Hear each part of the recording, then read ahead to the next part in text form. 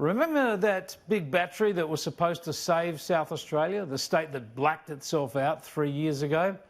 Well, it's been in place for a couple of years now, and it's going well, and it's about to be expanded, with even more government money being tipped in, $23 million from state and federal coffers.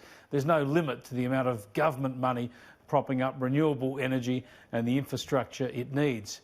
But there seems to be a lot of triumphalism around this battery, pretending that its success and the announced expansion prove the renewable zealots are right about South Australia, that its green energy plans are working well.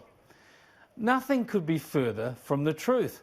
Now, South Australia pushed hard, as you know, to get to a 50% renewable energy target, so hard that it blew up 2 large coal-fired generators and forced out gas generators too, so that when the wind didn't blow, it relied almost exclusively on an interconnector from Victoria. When a storm tripped out some wind farms and brought down a couple of relatively insignificant power lines on September the 18th, 2019, a surge knocked out that interconnector, and the whole of South Australia, the state with the most expensive electricity in the world, went dark. That's when the world's biggest battery was first proposed as a solution. It was scoffed at, and quite rightly so, because it was no solution to such a crisis. Its storage could supply the state with enough power for about 5 or 6 minutes. And with its expansion announced today, it could supply the state for maybe 8 or 9 minutes. That's not its job. The battery is there to essentially iron out the flat spots, make the grid more stable as wind energy, solar energy and baseload power kick in and out. In other words, it's an essential part of a modern grid now. It's another additional cost needed now that we have dramatically changed our electricity grid in the push for renewables.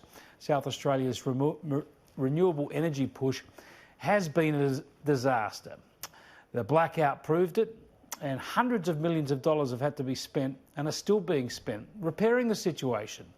First, the then Labor government unveiled a $500 million emergency plan to shift in diesel generators to save the state. They've been converted to gas, sold to private operators, but they're still vital to make sure the state has the peak generation it needs. Then there was another $300 million gas generation brought online this month, just in time for peak summer demand. And another smaller, fast start gas generator is being opened soon to help fill in the gaps in renewable energy supply. So there you go. Taxpayers have been hit by at least $30 million or so on the big battery. The true number's never been revealed. $500 million for Labor's emergency generation plan, more than $300 million in extra private investment to be recouped eventually from consumers.